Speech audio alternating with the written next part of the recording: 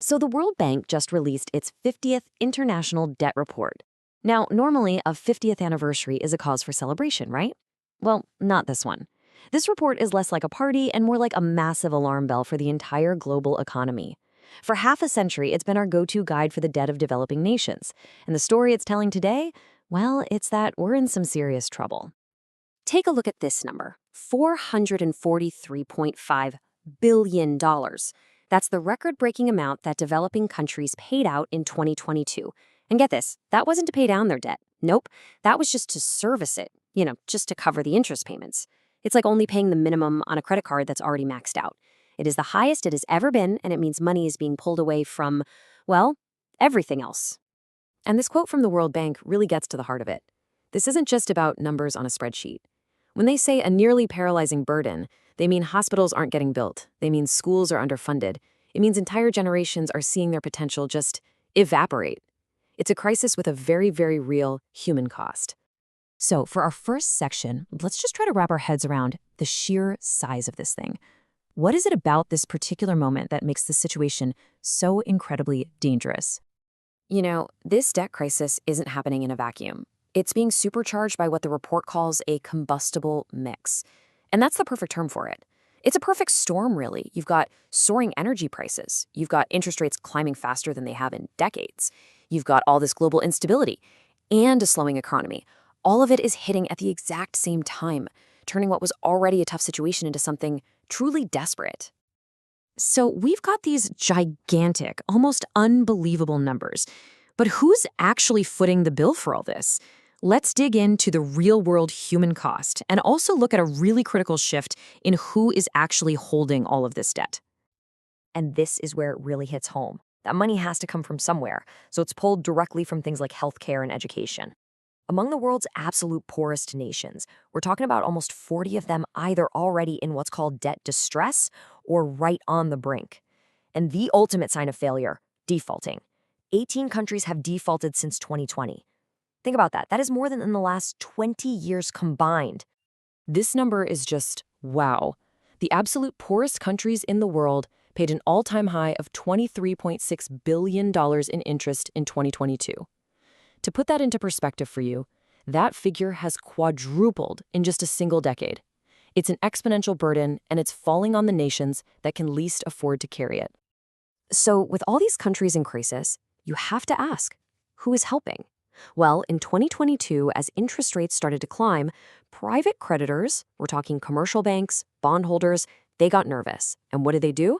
They pulled out $185 billion, more than they put in. At the exact same time, institutions like the World Bank did the opposite.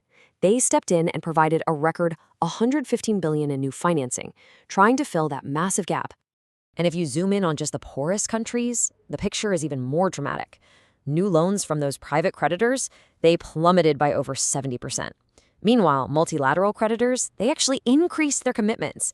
It gives you this incredibly stark picture of who is running for the exits and who is running towards the fire. But here's the thing. This crisis isn't without a playbook. In fact, the report argues that our best defense is an idea that's been at the heart of this work for 50 years, and that idea is transparency. And the foundation of this whole fight is something called the Debtor Reporting System, or DRS. It was created way back in 1951, and it's based on a really simple but incredibly powerful concept. If you want to borrow from the World Bank, you have to report detailed loan-by-loan information on all of your public external debt. After all, you can't manage what you can't measure, and the DRS is the world's measuring stick. Now, this whole push for transparency, it's evolved over time. It started back in '51 as just an internal tool for the bank. But then, 50 years ago, in 1973, everything changed. That's when the first report was made public. It grew again after the Latin American debt crisis in the '80s, and today, it's our most critical tool for sounding the alarm on exactly what we're facing now. So after 50 years of work, it all really boils down to this one core principle. Public debt must be public knowledge. Simple as that. This is the bedrock idea that allows everyone, from citizens to investors, to make informed decisions and hopefully stop these crises before they can even start. Okay, so if transparency is the big idea, what are the actual tools? What does a country in trouble actually do? Let's look at the concrete strategies the report recommends for navigating this storm. The report lays out a pretty clear 3-step framework. Step 1, see the debt. That's the transparency piece we were just talking about. Step 2, manage the debt. You can't just sit back and wait for the bills to come. And step 3, predict the crisis. Use all that transparent data to build early warning systems. It's all about being proactive, not reactive. And active management isn't just some buzzword. It means using actual tools. Countries can buy back their own high-interest loans, they can swap old debt for new debt with better terms, or they can even get creative with things like debt for nature swaps. The bottom line is, countries have more options than just paying up or defaulting. So we have the principle of transparency, and we have a toolkit for managing debt. So we're all good, right? Well, not so fast. We still have to face the challenges ahead, because the whole landscape of global debt is changing yet again. This table reveals a really critical shift. For the world's poorest countries, the share of their debt that's owed to private creditors has more than doubled in just the last decade. Now, why does that matter? Because negotiating debt relief with a few governments is one thing. Trying to get thousands of different individual bondholders to agree on a plan, that is infinitely more complex. And that's the new reality. And that brings us to the fundamental question, the one at the heart of this whole thing. The World Bank has spent half a century making the case that transparency is our single best weapon against a debt crisis.